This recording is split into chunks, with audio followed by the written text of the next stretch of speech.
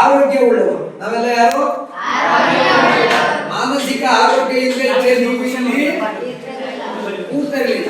ಯಾಕೆ ಕೂತಿರಲಿಲ್ಲ ಅಂದ್ರೆ ನಿಮ್ಮನ್ನ ಇಟ್ಕೊಬರಕ್ಕೆ ನಾವು ಓಡಿ. ಮಾನಸಿಕ ಆರೋಗ್ಯ ಇಲ್ಲದ್ರೆ ಏನ್ ಮಾಡ್ತಾರೆ? ಯಾರು ಬರ್ತಾರೆ, ಯಾರಿಗೆ ಕವರೆ ಓಡಿಸಿದ್ರು ಅವ್ರು ಹಿಡಿಯಕ್ಕಾಗಲ್ಲ. ಉದಾಹರಣೆ ಗೊತ್ತಾ? ಅಲ್ಲೂ ಕೆರೆಯಿಂದ ಒಬ್ಬ ಓಡಾಡ್ತಾ ನೋಡಿದ ಪೊಲೀಸ್ ಸುಮ್ಮನೆ ಕಲ್ತೂರ್ತಿರ್ತಾನೆ, ಸುಮ್ಮನೆ ಮಣ್ತೂರ್ತಿರ್ತಾನೆ. ಅವನೀಗ ಆಸ್ಪತ್ರೆಗೆ ಕರ್ಕೊಂಡೋಗಕ್ಕಾಗಲ್ಲ. ಯಾಕೆ ಗೊತ್ತಾ? ಅವನ ವಯಸ್ಸಾಗು. ಈ ಕರ್ಕೊಂಡೋಗಿ ಏನ್ ಮಾಡಕ್ಕಾಗಲ್ಲ. ಅವನ ಮನೇಲಿ ಕರ್ಕೊಂಡು ಹೋಗ್ಬೇಕು, ಕರ್ಕೊಂಡೋಗಿಲ್ಲ. ಅಂತವ್ರು ಸುಮಾರು ಜನ ಎಲ್ಲಿದ್ದಾರೆ ಅಲ್ಲಲ್ಲೇ ನಿಮಗೆ ಕಾಣಿಸ್ತಾರೆ. ನೀವೆಲ್ಲ ಮಾನಸಿಕವಾಗಿ ಸ್ವಸ್ಥರಾಗಿದ್ದೀರಿ. ಆದ್ರೆ ಆ ಮಾನಸಿಕ ಅಸ್ವಸ್ಥರು ಯಾರು, ಮಾನಸಿಕ ಆರೋಗ್ಯ ಇಲ್ಲದಿದ್ದರೆ ಯಾರು ಅಂತ ಇದರಲ್ಲಿ ಪ್ರಶ್ನೆಗಳು ಇದಾವೆ. ಇದರಲ್ಲಿ ಪ್ರಶ್ನೆಗಳು ಉದಾಹರಣೆಗೆ ಯಾವ್ದಾದ್ರು ಒಂದು ಕೆಲಸ ಏನ್ ಮಾಡ್ತೀರಿ? ಟಿಕ್ ಮಾಡ್ತೀರಿ. ಸಾಯಂಕಾಲ ಟಿಕ್ ಮಾಡಿದ್ರೆ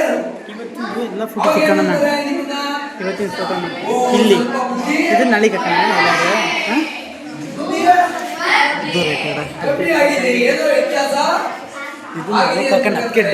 ಮನೆಯಲ್ಲಿ ಸುಮ್ಮನೆ ಕೂತಿರ್ತೀರಿ.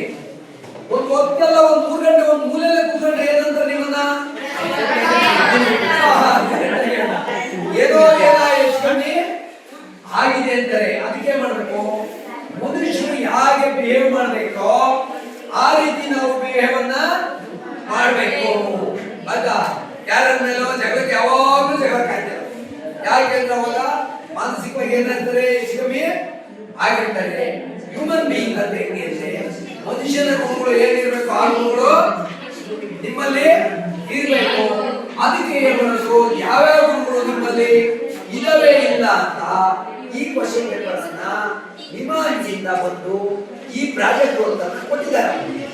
ನೀವೇನ್ ಮಾಡ್ಬೇಕಾದ್ರೆ ಓದ್ಕೊಂಡು ಇಂಗ್ಲಿಷ್ ಕನ್ನಡದಾಗ ಇದೆಯಾ? ಬರೀ ಕನ್ನಡ ಇಂಗ್ಲಿಷ್ ಇಲ್ವಾ? ಇಂಗ್ಲಿಷ್ ಮೀಡಿಯಂ ಸ್ಟೂಡೆಂಟ್ ಕನ್ನಡ ಅರ್ಥ ಆಗುತ್ತೆ ಇಲ್ವಾ? ಕನ್ನಡ ಅರ್ಥ ಆಗುತ್ತೆ, ಕ್ಲೀನಾಗಿ ಅರ್ಥ ಮಾಡಿದ್ದೀರಿ. ಅರ್ಥ ಆಗದೆ ಇರೋ ಕ್ವಶನ್ ಅನ್ನ ಈಗ ಅವರು ಎಕ್ಸ್ಪ್ಲೈನ್ ಮಾಡಿ ನಿಮಗೆ ಅರ್ಥವನ್ನ ಮಾಡುತ್ತಾರೆ. ನಿಮಗೆ ಎಷ್ಟು ಗೊತ್ತು ಅದನ್ನ ಟಿಕ್ ಮಾಡಕ್ಕಾಗೋದು ಎಲ್ಲ ಹಾಗೆ ಹೋಯ್ತಾ? Very good. ನೀವೆಲ್ಲ ಇಂಟೆಲಿಜೆಂಟ್ ಸ್ಟೂಡೆಂಟ್ಸ್. ಲಾಸ್ಟಲ್ಲಿ ಇದೆಯಲ್ಲ, ಅಲ್ಲಿ ಅನಿಸಿಕೆ ಅಂದ್ರೆ ಏನು ಅಂದ್ರೆ, ನಿಮ್ಗೆ ಯಾಕೆ ಯೋಗ ಮಾಡೋಕ್ಕಾಗಲ್ಲ, ಯಾಕೆ ಉತ್ತಮ ಆಹಾರನ ಸೇವನೆ ಮಾಡೋಕ್ಕಾಗಲ್ಲ ಅಂತ ಆಗ್ತಿದೆಯಲ್ವಾ? ಅದಕ್ಕೆ ಏನೇನು ಸಮಸ್ಯೆ ಇರುತ್ತೆ ಅದನ್ನ ಮೆನ್ಷನ್ ಮಾಡಿ. ಯೋಗ ಮಾಡೋಕ್ಕಾಗಲ್ಲ ನೋಡಿ, ಅದಕ್ಕೆ ಅದೇ ಉತ್ತಮ ಆಹಾರನ ಯಾಕೆ ಮಾಡೋಕ್ಕಾಗಲ್ಲ. ಬ್ಯಾಲೆನ್ಸಿಂಗ್ ಫುಡ್ ಹೇಳ್ತೀವಲ್ವಾ, ಇವೆಲ್ಲ ಜಂಕ್ ಫುಡ್ ಜಾಸ್ತಿ ತಿಂತಾರಲ್ವಾ, ಅದಕ್ಕೆ